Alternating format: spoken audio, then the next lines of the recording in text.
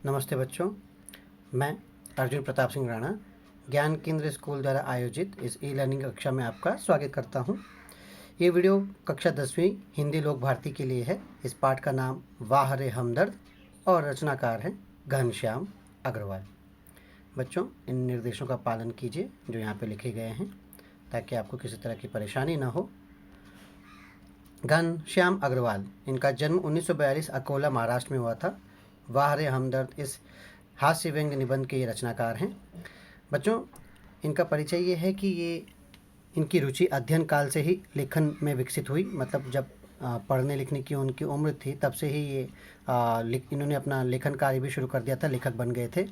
अपने आसपास की प्रत्येक स्थिति या घटना में हास्य ढूंढकर यानी हंसी ढूंढकर उसे धारदार व्यंग्य में ढालना आपके लेखन की विशेषता है।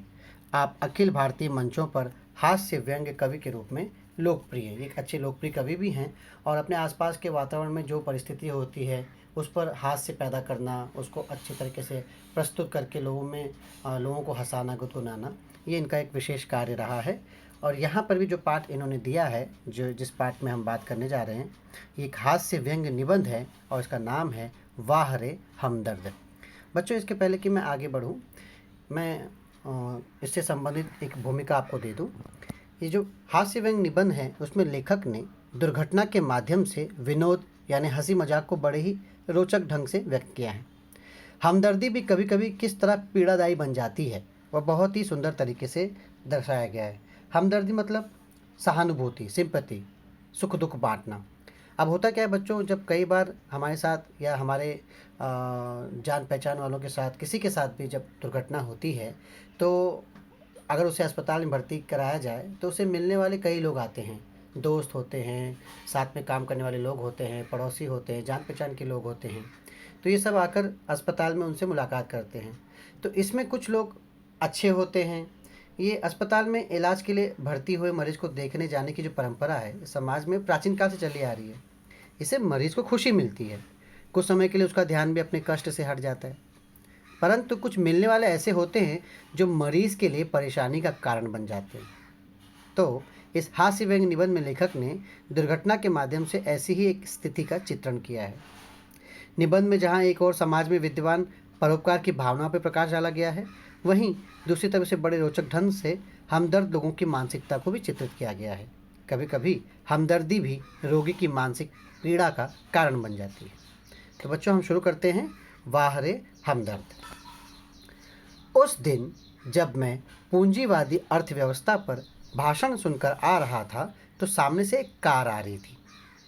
भाषण के प्रभाव से मेरी साइकिल को अधिक जोश आया या कार को गुस्सा अधिक आया, यह मैं निश्चित रूप से नहीं कह सकता। बच्चों, यहाँ पे कुछ शब्द आए हैं, पूंजीवादी और समाजवादी अर्थव्यवस्था, और उसी को प्रतीक रूप में दर्शाने के लिए यहाँ पर कार और साइकिल का वर्णन किया गया है। अगली स्लाइड में यहाँ पर मैंने इसका अर्थ आपको दिया है। हालांकि इस पर चर्चा करना मतलब अपने इस वीडियो को बहुत लंबा बनाना, ये लंबा चर्चा का विषय है, बट मैं सामान्य छोटे तरीके से आपको बता रहा हूँ कि पूंजीवाद किसे कहते हैं।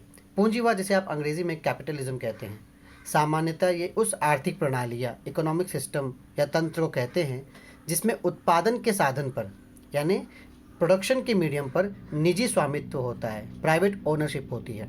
मतलब आप जो कुछ, अगर आप एक बिजनेसमैन हो, व्यापार करते हो, तो आप जो कुछ भी उसमें उत्पादन आप करते हो, पैदा करते हो, बनाते हो, तो उस पर आपकी प्राइवेट ओनरशिप होती है, यानी आपका कंट्रोल होता है।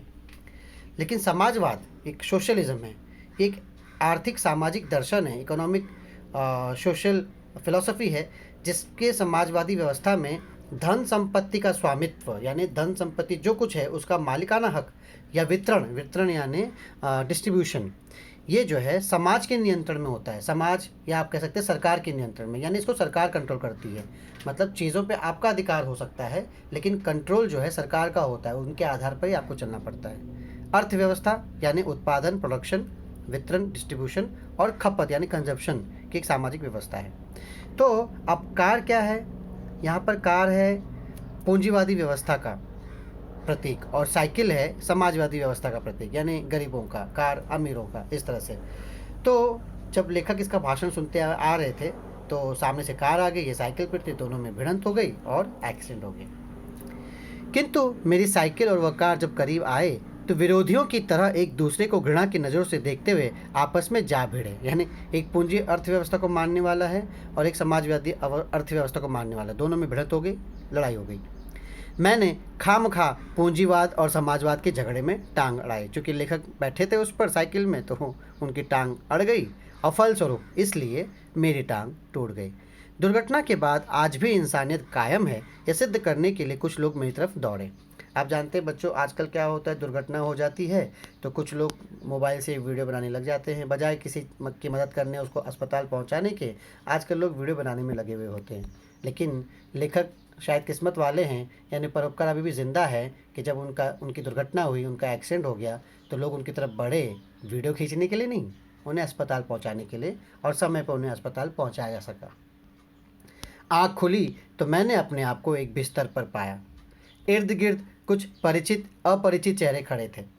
जैसे अस्पताल में आँख खोली तो देखा कुछ जान पहचान वाले, कुछ अनजान वही हो सकते हैं जिन लोगों ने उनको सड़क से उठा के अस्पताल पहुंचाया होगा, और जान पहचान वाले वो हो सकते हैं जिनको सूचना दे दी गई होगी कि आपका रिश्तेदार अस्पताल में भर्ती है। आँख खुलते ही उनके चेहरों पर उत्सुकता की लहर दौड़ पड़ी। मैंने कराहते हुए पूछा, मैं कहाँ हूँ? आप सार्वजनिक अस्पताल के प्राइवेट वार्ड में हैं। आपका एक्सीडेंट हो गया था, सिर्फ पैर का फ्रैक्चर हुआ है, अब घबराने की कोई बात नहीं। एक चेहरा इतनी तेज़ी से जवाब देता है, लगता है मेरे होश आने तक वो इसीलिए रुका था। कुछ लोग होते हैं ना बच्चों, जो जल्दी से जल्दी बता देना चाहते हैं, ऐसा लगता है कि उनके पहले कोई और ना बता दे, वो बता दे, इसलिए एक चेहरा आया और फटाक से उसने सब बातें कह दी। अब मैं अपनी टांगों की तरफ देखता हूँ। अब देखिए बच्चों, आगे क्या होता है। मेरी एक टांग अपनी जगह पर सही सलामत थी और दूसरी टांग रेत के थैली के सहारे एक स्टैंड पर लटक रही थी। मेरे दिमाग में एक नए मुहावरे का जन्म हुआ, टांग का टूटना, यानी सार्वजनिक अस्पताल में कुछ दिन रहना। सार्वजनिक अस्पताल, इसका ख्याल आते ही मैं कांप उठा। अस्पताल वैसे ही खतरनाक शब्द होता है, फिर यदि उसके साथ सार्वजनिक शब्द चिपका हो तो समझो आत्मा से परमात्मा के मिलन होने का समय आ गया। बच्चों यहाँ पे लेखक ने सार्वजनिक अस्पताल यानी सरकारी हॉस्पिटल जो होते हैं उसके बारे में व्यंग्य किया है। आप जानते हैं कि सरकारी अस्पताल की जो व्यवस्था होती है वो असल में व्यवस्था नहीं, कुव्यवस्था होती है। लेखक ये कहते हैं कि वहाँ पर पहुँचना मतलब समझ लो कि आपका जीवित घर पे लौट आना मतलब चमत्कारी होता है, अथवा आपकी आत्मा का परमात्मा से मिलन होने का समय आ चुका होता है।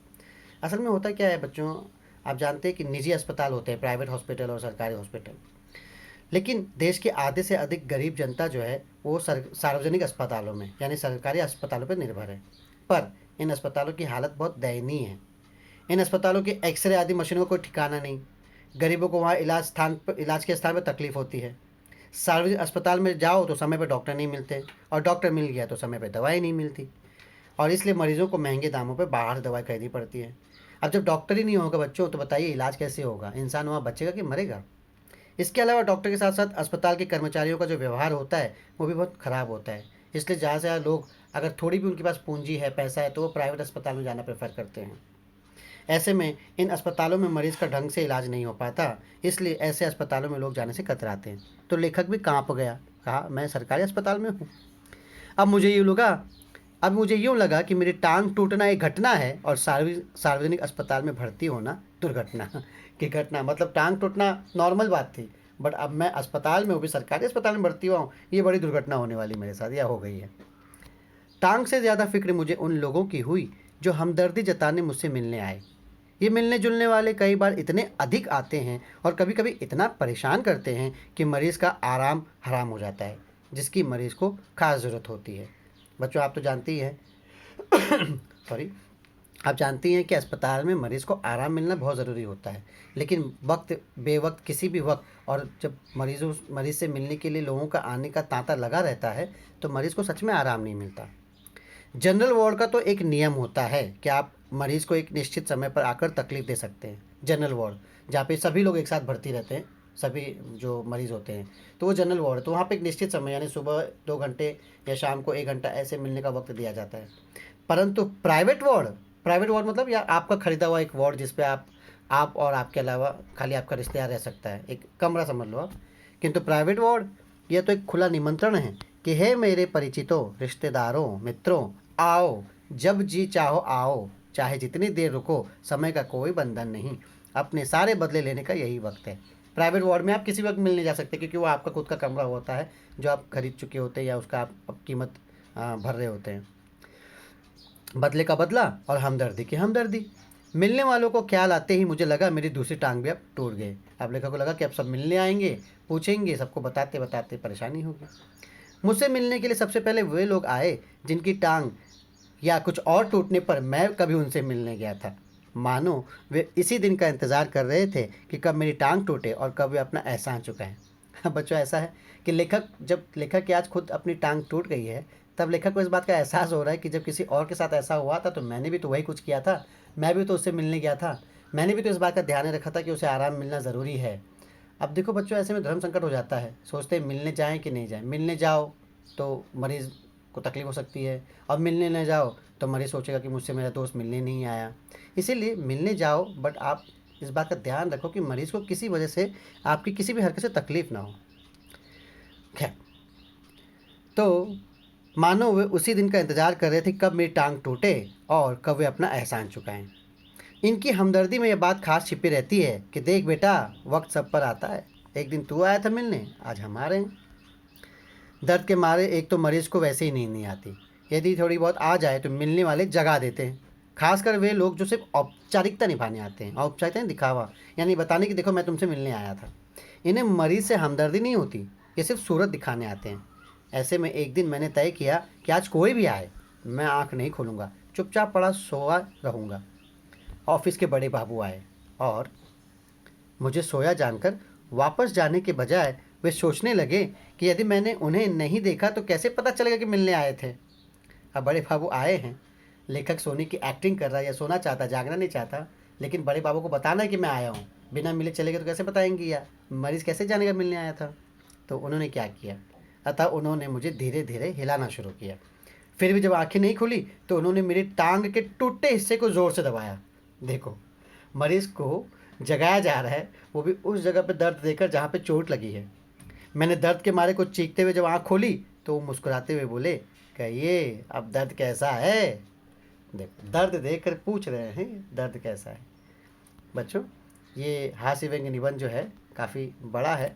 अगला भाग हम पढ़ेंगे और ये जानने की कोशिश करेंगे कि जैसा से इनके बड़े बाबू आए हैं और इनको दर्द देकर जगा के पूछ रहे हैं दर्द कैसा है, तो जाहिर सी बात है और लोग भी आए होंगे मिलने के लिए, तो उन्होंने दर्द दी या दवा दी, यानी उनके आने से लेखक के मन को सुकून मिला या उनके मन का चैन भी लुट गया। ये सारी बातें हम अगली कक्षा में पढ़ेंगे। तो इस वीडियो को यहाँ पे समाप्त करते हैं। तब तक के लिए धन्यवाद, शुक्रिया, अपना ध्यान रखिए।